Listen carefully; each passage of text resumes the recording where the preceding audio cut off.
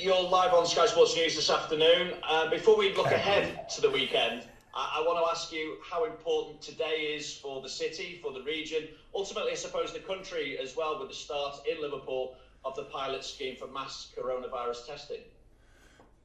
Big day, actually. I hope, and we try to do everything to make the people aware of the big opportunity we got. I think everybody who was involved in that did really a good job. That it's possible now, and I hope it's just a start for everything. But you live in Liverpool, so did you get already tested, or? A family member has been tested down in Bevington, but for the nasal test, it's I think the nearest place for me at the moment is the exhibition centre down at the King's Dock. I think that's the issues for a few people. I'm not sure 100% that everybody knows exactly where is the place for him to go and all these kind of things. But it's a little effort everybody has to do and to put in to that he can really, or she can get tested. Just to know how it's a big step, I have to say, that we really to save our loved ones, friends, colleagues, everybody, and I really hope that as many people as possible use the opportunity, because it is a big opportunity. Onto the football. And last season victory over City at Anfield, I think, moved you 9 points clear with 12 games gone. Obviously, the season before, you were a centimetre away from a point at the Etihad, which could have given you the title. So this season, this game, you can move 8 points clear, albeit they've got a game in hand as well. So the obvious question is, what significance this game holds for the title race at this stage? Well, that's a surprisingly gentle way to ask it. You are usually a bit more on the front foot for that. So it looks like even you think it's not a decider. So come on, it's a very, very difficult game, hopefully for both teams, because both teams will perform on a high level, so that's it. We are that early in the season, and so many things are different this year. Nothing is to compare with last year. Nothing is to compare with the year before. So it's, as I said, everything is different, and we just have to make sure that we get through very intense periods, line up the fittest players, and play the best football we can. And in this case, it is against Man City, which is obviously one of the most difficult games to play in the world. And that's it, pretty much. I enjoy these kind of games. I enjoy the preparation for the games, but it doesn't make it easier. It's just a really tough task. Just looking at your front line as well, Jürgen, and the way that Diogo Jota has performed. I know we spoke about him the other day as well, but have you now effectively got a front four where any three from that four is as strong as the other? First and foremost, we have much more offensive players, thank God. And pretty much all of them delivered for us in their moments. And so if it's Divock Origi, if it's Xherdan Shaqiri, and all these kind of things, Takumi Minamino, that's really good. That's really good. That's important. Unfortunately, it's the only area where we have that number of players in the moment. But it's anyway good. And and it's very good for us that Diogo could settle that quick, and that he can gain confidence that early, because it makes everything easier. So not scoring the number of goals he scored so far wouldn't have made him a worse player. It would have been completely normal if he would have missed chances instead of scoring. So, but now I love it, obviously, that this, like he did it, and the way he played and the way he contributed so early. So that's all very positive. And yes, we have more than 3 offensive players, and they're all good. That's why they have a contract here. You've got centre-halves pushing for a start, though, as well. Nat Phillips, Reece Williams, Joel Matip coming back from injury. And separate to that in midfield, I just wonder, though, how is Thiago, and is he ready to return yet? No, Thiago is probably not ready to return.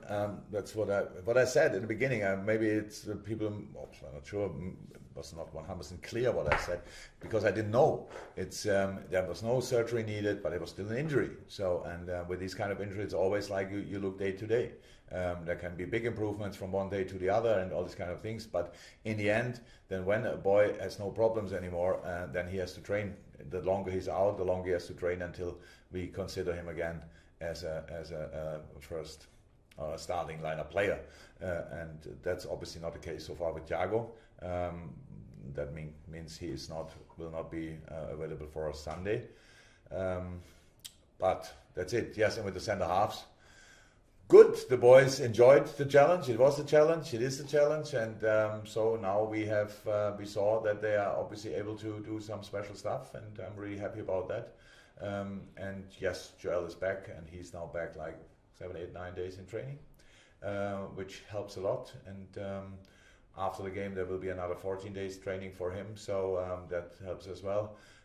So we will see what we do for Sunday. Thank you, Vinny. Go and book your test, and we'll go to Simon Crabtree from Premier League Productions and Juliet Farrington after that. Simon. Hi, Jürgen. Hi. Just while you're saying there, everything has changed. One of the things that seems to have changed from before lockdown and now is the actual amount of teams that are winning away from home. I know it's only a relatively small sample size, but 164, 166. They've gone up a decent amount. And given that the away side has only won 1 in the last 23 of this particular fixture, whether it be at Anfield or at Etihad, from your point of view, does it make any difference at the moment whether you're at home or away? Yeah. Why? I don't know. For us, we love playing at Anfield. So it's a wonderful place. Everything, the dressing room is great. The way to the dressing room is great. So everything is great. So then it's our home. Anyway, so yes, that makes a difference. But I don't think we made a big difference in our approach to home or away games. So it's not that we want to be at home dominant and away like a deep-sitting team and going for counter-attacks. But saying that, against Man City, exactly that can happen, obviously, because the quality they have. And it happened to us in games, even in home games. We scored our goals from counter-attack. So, I think when you go through the specific games, we won at home years ago, like 4-3. That's not the biggest score line, let me say like this. Then we lost there 2-1.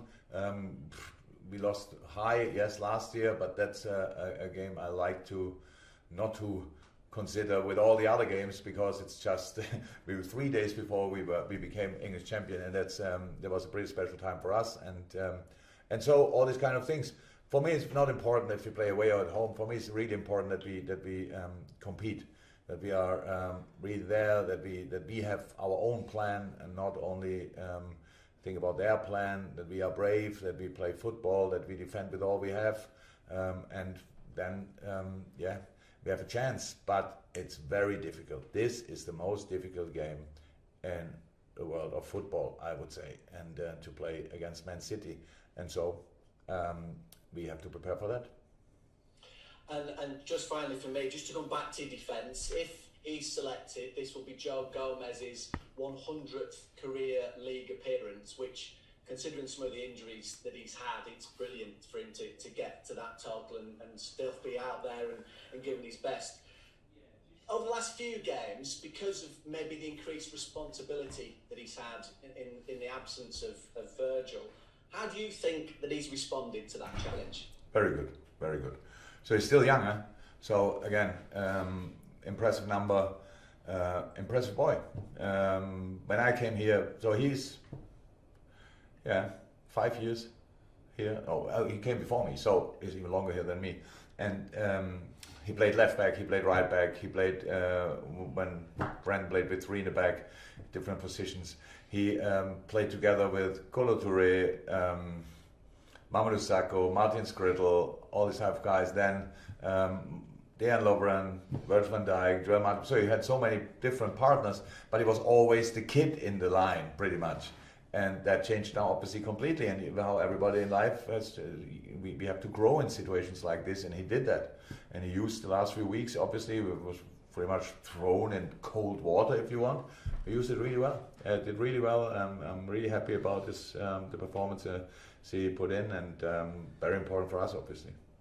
Okay, thank you. We go to Juliet Farrington from the BBC, and I think we've got James Mountford from BBC Merseyside, and then James from TalkSport. So Juliet next.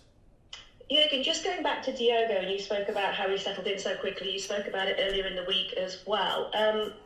he was saying after that game against Atalanta that he's playing in the best team of his career. His career, in a way, is still such a long way to go. So what can he be achieved? Because it just seems that I don't know, has he surprised you how quickly he's settled in and the impact that he's having so far?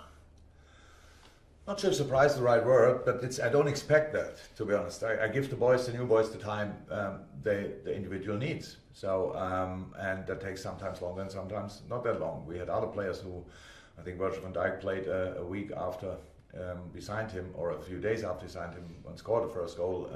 That's pretty special as well. So there's not one way for all the players. No, he is the player we thought he will be, and we thought as well that we can help him to reach the next level. Like he can help us to reach the next level because of his quality. So still very young, 23, experienced. Anyway, played in one of the hardest working teams you can face with Wolves. Very, very demanding manager. So he knows that offensive player has to do different jobs, not only creating and scoring. He has to work hard and all these kind of things. So that helps us. That all helps us, and helps him, obviously. So really happy about the impact he had so far. Fantastic. Thanks, Juliet. We'll go to James Mountford from BBC Merseyside, and then James from TalkSport. Hello, Jürgen. I believe this is your final press conference at Melwood before you go off to Kirkby. So I just wondered what your feelings are about leaving Melwood and what sort of a place it's been to you and the future as well. No problem with that. It's the last press conference, but because I will not miss that too much. But no, it's mixed emotions, 100%, because Melwood is such a wonderful place and played a big part in my life. I was here for 5 years, even longer next week, and really special place. Really special place. But the good thing is, a place is always as good as the people in it, and we will take them all to Kirkby. So Kirkby will be immediately a special place as well. So that's good. But of course, it would be strange if we would be happy to leave here, because too much happened here in a good way for us, and so we had it's a really good time here. But that's life. Things change, and you have to adapt to the changes, and sometimes you are a step ahead of the changes, and sometimes you have to follow up and all these kind of things. This time Melwood would be still good, but would not be good enough in the future. So we've tried to prepare the future now, and that means we leave a really good place and go to an even better one. And in terms of that better one, how much input have you personally had into the design of it, and ultimately how is it going to help you as a football club, as a football team on the field? Not sure what you mean with design, but for a good reason, at home I'm not involved in design questions. So it's all Ulla's, and she was not involved with Kirkby. I was involved in all the useful stuff. Let me say like this: pitches, where and how, and gyms and indoor and all this kind of stuff. All the things we really need, and not in the rest. So had nothing to do with that, because it's not for me, that building. That building is for Liverpool Football Club for the next 500 years, if you want. And so it's much more important that will be, that not I'm pleased, so, but it must be right for all the other people as well. And so yes, for me, most important stuff I was involved in, the other stuff not. Okay. James from TalkSport, and then we'll go to Carl Markham, but James from TalkSport. Jürgen, we know that Chelsea and Spurs have improved in the summer and started the season quite well, but do you still see Manchester City and Liverpool being the main title challengers this season? I never saw it like this. I don't know where that's coming from. For me, each season, completely surprisingly, starts at 0. So, and we all have the same chance, and it's about how go you through the difficult parts of the season? How can you find together as a team, as a group? How lucky are you with injuries and all these kind of things? So, for me, it's that this 2-horse race thing was never a phrase I not only didn't use, I didn't even think. So because I'm not interested, I'm interested anyway only in one horse, and that's us. And all the rest can obviously do whatever they want and whatever they are able to do. And we face them then twice in the Premier League a year. Yes, and you're right. It's Chelsea and Tottenham, really good. Arsenal, really good. Leicester, really good. Everton, unfortunately, really good. And these kind of things. So there are a lot of teams fighting. And maybe I forgot somebody. And Man United, people write off always pretty early, and then in the end, they will be there as well. So it's always the same. We all fight for the Champions League spots. And when you are close enough to that, then you can be champion in the end of the season. It was always the same, and it will be always the same. And it's so early in the season, I don't know who will be the top horse at the end of this season. Okay, Carl Markham, and then I think Nate Williams, and then sorry, I got that right in terms of yes, Nate Williams, and then we're going to go to the embargo, first of the embargo sections, which is the dailies, which will be 10:30 on Friday. If people start using the hands up now for that, would be great. But Carl, first of all. Where's Carl? He's top left. Yeah. Lovely. Go on, Carl. He reacted. He said he's there. Thank you very much. Yeah, none of these can see that, so that really doesn't they can see, but now they can see it. Yeah. No, they can't. Okay. Yes, Carl, get in, please. Good. You touched on this in midweek, but Diogo Jota's form was seen as being something of a negative for Roberto Firmino. He's always been a big game player for you. I just wonder if you can talk through the qualities that he has and that he's produced for you in the past. Bobby, who is with us, I don't have to say one word about Bobby Firmino and how important he was for us. So I don't waste time with that. Who is not with us, I don't care if they know about him, to be honest. So he was in so many games the difference maker without scoring, maybe, I'm not sure, but with scoring as well in other games, so that I would feel really embarrassed if I have to mention now the qualities of Bobby Firmino. I appreciate that, but Welcome. but people often look at it at hard facts and they I can't help the goal stuff. But we see, when you watch him live, you see things differently, and I just want you to explain. People might not see that. I can't help these people. Sorry, if they don't see it, I cannot help them. That's how it is. Thank you, Carl. Thank you. We know you see it, Carl, don't worry. We'll change role to attendee. We're finishing with Nate for the Open, and then we're going to the embargo. Okay, Nate, final question, please. Hi, Jürgen. Your team over the last few seasons has been described as mentality monsters. You always seem to approach the game in the right way. So going up against former champions in Manchester City, what is the best way to approach this game? Is it to forget the term title decider? So first of all, I don't think that people always think we find the right approach. I'm 100% sure they didn't think we found the right approach for the Aston Villa game. But thank you anyway. On behalf of my players, I take that. And so it's of course nothing even close to a title decider. So I don't know what it is. It's a football game, and I can see it. I cannot look at match day 8. Already, I don't want to know, because nobody can know what will be at match day 38. So there are so many games to come. Whatever happens on Sunday will not decide about the league or whatever. Too much things can happen, especially too many things can happen, especially in this year. We all know you need to be lucky with injuries, and you need to find a way every 3 days to beat the next opponent, which is itself already incredibly important. But with the last game in your legs, it's even more difficult. And I don't speak now about this specific game because City and us, we both have like 4 days between the games, which feels like having a summer break and a preseason before a game, and so that's good. So no excuses apart from City is really good. So, and we have to play absolutely our best to have a chance. But actually, that was always enough for us to know. Fantastic.